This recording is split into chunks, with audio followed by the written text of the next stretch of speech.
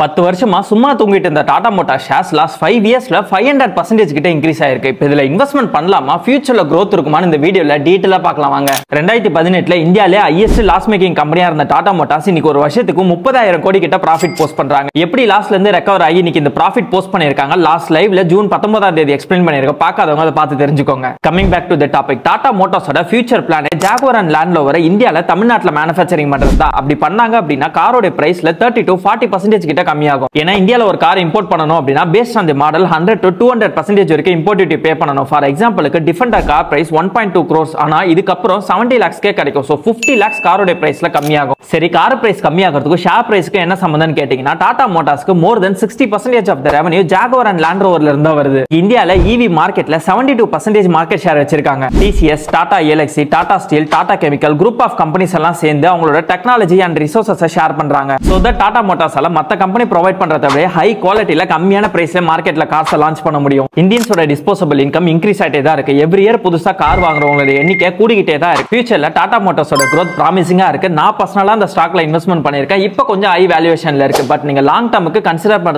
பண்ணிக்கலாம். SIP மெத்தட follow பண்ணிக்கோங்க. இந்த மாதிரி உங்களுக்கு வேற என்ன ஸ்டாக் பத்தி தெரிஞ்சுக்கணுமா கீழே கமெண்ட்ல சொல்லுங்க.